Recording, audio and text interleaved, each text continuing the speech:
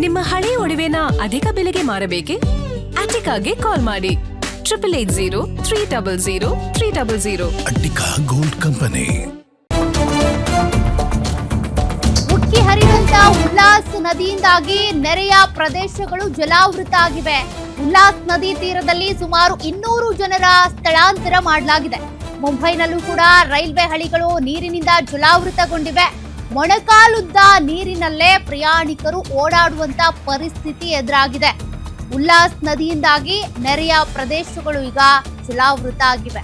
ಉಲ್ಲಾಸ್ ನದಿಯಲ್ಲಿ ನೀರಿನ ಪ್ರಮಾಣ ಹೆಚ್ಚಾಗಿದೆ, ಉಕ್ಕಿ ಹರಿತಾ ಇದೆ. ಹೀಗಾಗಿ ಸುತ್ತಮುತ್ತ ಇರುವಂತ ರೈಲ್ವೆ ಟ್ರ್ಯಾಕ್ಗಳಿರ್ಬೋದು, ಅದರ ಜೊತೆಗೆ ರಸ್ತೆಗಳಿರ್ಬೋದು, ಪ್ರತಿಯೊಂದು ಕೂಡ ಸಂಪೂರ್ಣ ಜಲಾವೃತ ಆಗಿವೆ.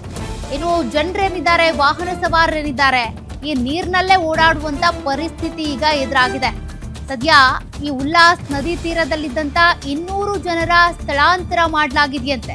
ಇದೇ ರೀತಿ ಮಳೆ ಮುಂದುವರೆದ್ರೆ ಮತ್ತಷ್ಟು ಅವಾಂತರಗಳು ಸೃಷ್ಟಿ ಆಗುತ್ತೆ. ಜೊತೆಗೆ ಈ ರೀತಿ ಜಲಾವೃತಗೊಂಡಿರುವಂತ ಸುತ್ತಮುತ್ತ ಪ್ರದೇಶದಲ್ಲಿ ಯಾರೆಲ್ಲ ವಾಸ ಮಾಡ್ತಿದ್ದಾರೆ ಅವರನ್ನ ಸ್ಥಳಾಂತರ ಮಾಡುವಂತ ಪರಿಸ್ಥಿತಿ ಅನಿವಾರ್ಯ.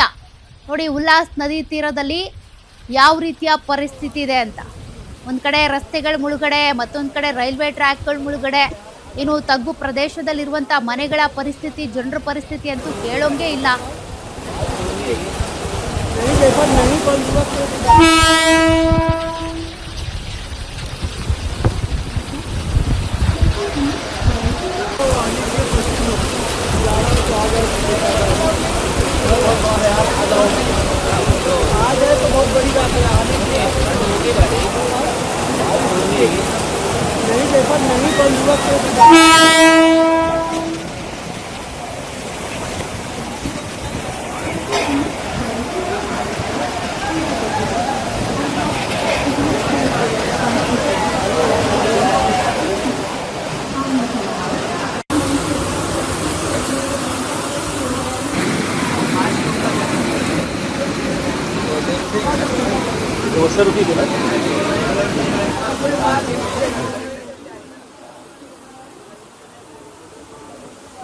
ನೀವು ದೃಶ್ಯಾವಳಿಗಳನ್ನ ಗಮನಿಸ್ತಾ ಇದ್ದೀರಿ. ಕೆಲವೊಂದು ಡ್ರೋನ್ ಕ್ಯಾಮ್ರಾದಲ್ಲಿ ಸೆರೆ ಹಿಡಿದಿರುವಂತ ದೃಶ್ಯಗಳು, ಇನ್ನು ಕೆಲವೊಂದು ಅಲ್ಲೇ ಇರುವಂತ ಸ್ಥಳೀಯರು ತಮ್ಮ ಮೊಬೈಲ್ನಲ್ಲಿ ಸೆರೆ ಹಿಡಿದು ನೆಟ್ಟಿಗರು ಏನ್ ಮಾಡ್ತಿದ್ದಾರೆ, ಅಪ್ಲೋಡ್ ಮಾಡ್ತಿದ್ದಾರೆ ಸೋಷಿಯಲ್ ಮೀಡಿಯಾದಲ್ಲಿ ಮುಂಬೈನ ಪರಿಸ್ಥಿತಿ ಹೇಗಿದೆ ಅಂತ.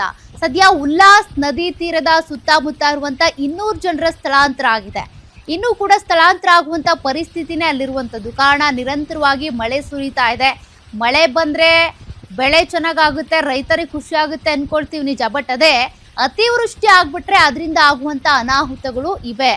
ಸದ್ಯ ನೋಡಿ, ಟ್ರೈನ್ ಯಾವ ರೀತಿಯಾಗಿ ನೀರಲ್ಲೇ ಹೋಗ್ತಾ ಇದೆ, ನೀವು ಗಮನಿಸ್ತಾ ಇದ್ದೀರಿ.